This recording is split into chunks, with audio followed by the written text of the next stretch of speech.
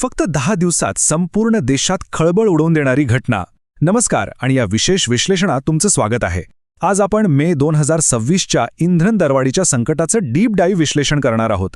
हा फक्त पेट्रोल पंपावरचा बदललेला आकडा नाहीये, तर हा एक असा राजकीय आणि जागतिक भूकंप आहे ज्याचे हादरे थेट तुमच्या आमच्या घरापर्यंत पोचलेत. चला तर मग यामागचं नेमकं सत्य समजून घेऊया.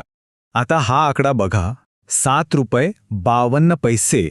विचार करा, फक्त 10 दिवसांच्या आत डिझेलच्या दरात एवढी मोठी वाढ झाली आहे आणि पेट्रोल तब्बल ₹7.38 महागलंय. नवी दिल्लीत तर पेट्रोलने थेट 100 पार केली आहे. साहजिकच रोज प्रवास करणाऱ्या प्रत्येकाचं महिन्याचं बजेट यामुळे पूर्णपणे कोलमडलंय आणि देशभरातून संतापाची लाट पाहायला मिळतीये. आणि जिथे महागाई असते तिथे राजकारण तर येणारच, बरोबर. या दरवाढीचे पडसाद लगेचच उमटले. विरोधी पक्षनेते राहुल गांधी यांनी एक्सवर पोस्ट करत थेट पंतप्रधान मोदींवर निशाणा साधला आणि त्यांना महागाई मानव असं म्हटले. त्यांचा सरळ आरोप आहे की निवडणुका संपेपर्यंत सरकारने इंधनाचे दर जाणीवपूर्वक वाढू दिले नाहीत आणि मतदान होताच ₹8ची दरवाढ थेट जनतेच्या माथी मारली. आता हे राजकीय आरोप समजून घ्यायचे असतील तर आपल्याला ही टाईमलाईन पाहावी लागेल. बघा, एप्रिल 2022 पासून देशात किरकोळ पेट्रोल डिझेलचे दर जवळपास फ्रीज होते. पण 8 मे 2026ला अनेक राज्यांच्या विधानसभा निवडणुकांचे निकाल लागले आणि इथूनच सगळं चित्र बदललं. बरोबर एका आठवड्यानंतर 15 मे रोजी पहिली मोठी दरवाढ झाली आणि ही थांबली नाही, तर 25 मे पर्यंत सलग 4 वेळा दर वाढले. एवढ्या प्रदीर्घ शांततेनंतर अचानक आलेली ही दरवाढ हा निव्वळ योगायोग आहे की ठरवून केलेली रणनीती, यावरून सध्या चांगली चर्चा रंगली आहे.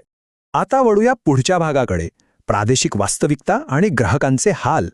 राष्ट्रीय पातळीवर दर वाढलेत हे खरंय, पण तुमचं शहर कोणतं आहे ह्यावर तुम्हाला किती झळ बसतंय हे अवलंबून असतं. आता दिल्लीत पेट्रोल ₹102 आसपास आहे, पण तेच जर तुम्ही हैदराबाद किंवा जयपूरमध्ये असाल तर तुम्हाला अनुक्रमे ₹115 आणि ₹113 मोजावे लागतायत. असं का? तर राज्य सरकारांकडून लावला जाणारा व्हॅट. त्यामुळे काही राज्यांमध्ये रोजच्या प्रवाशांना या दरवाढीचा खूपच जास्त त्रास सहन करावा लागतोय. आणि सर्वात महत्त्वाची गोष्ट म्हणजे ही दरवाढ फक्त तुमच्या गाडीपुरती मर्यादित नाहीये. डिझेल महागलं की आंतरराज्य मालवाहतूक आणि लॉजिस्टिकचा खर्च रातोरात वाढतो. आणि याचा थेट परिणाम कुठे होतो? तर तुमच्या किचनमध्ये. बटाटे, टोमॅटो, कांदे, पीठ आणि तांदूळ यांसारख्या रोजच्या जीवनावश्यक वस्तूंचे भाव ट्रान्सपोर्टेशनमुळे गगनाला भिडतायत.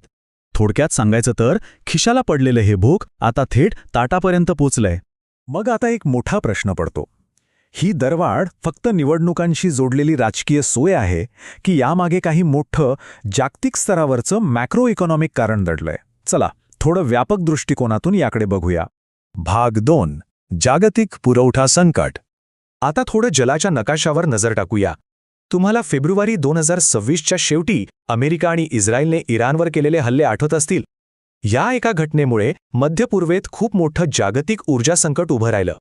विशेषतः होर्मुझच्या सामुद्रधुनीतून होणारी वाहतूक विस्कळीत झाली. तुम्हाला माहितीये, जगातील तब्बल 20% तेलाची वाहतूक याच मार्गाने होते. याचा परिणाम असा झाला की 2025मध्ये $59 प्रति बॅरल मिळणाऱ्या कच्च्या तेलाचा भाव मे 2026मध्ये थेट $114 वर जाऊन पोहोचला. हा एक खूप मोठा जागतिक धक्का होता. भारतासाठी ही एवढी मोठी धोक्याची घंटा का आहे?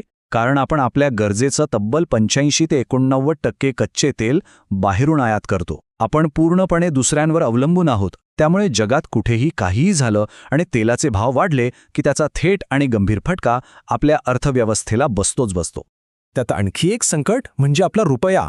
आंतरराष्ट्रीय बाजारात तेल नेहमी डॉलरमध्ये खरेदी केलं जातं आणि 2026च्या सुरुवातीलाच भारतीय रुपया डॉलरच्या तुलनेत 6% घसरला. एका डॉलरची किंमत जवळपास 95 ते 96 रुपयांपर्यंत खाली आली. एकीकडे महागडं तेल आणि दुसरीकडे कमकुवत रुपया. या दुहेरी संकटामुळे आपल्या सरकारी तेल कंपन्यांना म्हणजेच OMCsना रोज तब्बल 1000 कोटी रुपयांचं नुकसान सहन करावं लागत होतं. विचार करा, अशा परिस्थितीत जुन्याच दराने पेट्रोल विकणं त्यांना आर्थिकदृष्ट्या शक्यच नव्हतं. आता पाहूया महागाईचा व्यापक परिणाम. एप्रिल 2026ची आकडेवारी बघितली तर एक मोठी तफावत दिसतीये. कारखान्यांमधनं बाहेर पडणाऱ्या वस्तूंचा घाऊक महागाई दर म्हणजेच WPI 8.3% गेलाय, पण ग्राहकांचा किरकोळ महागाई दर म्हणजे CPI अजूनही 3.48% दिसतोय. ही तफावत दर्शवते की कच्च्या मालाचा आणि ऊर्जेचा वाढलेला खर्च अजून थेट ग्राहकांपर्यंत पूर्णपणे पोचलेला नाहीये.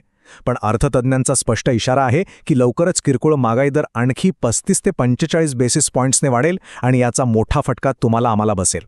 भाग 4 सरकारचा प्रतिसाद आणि त्यांच्या समोरील आर्थिक मर्यादा.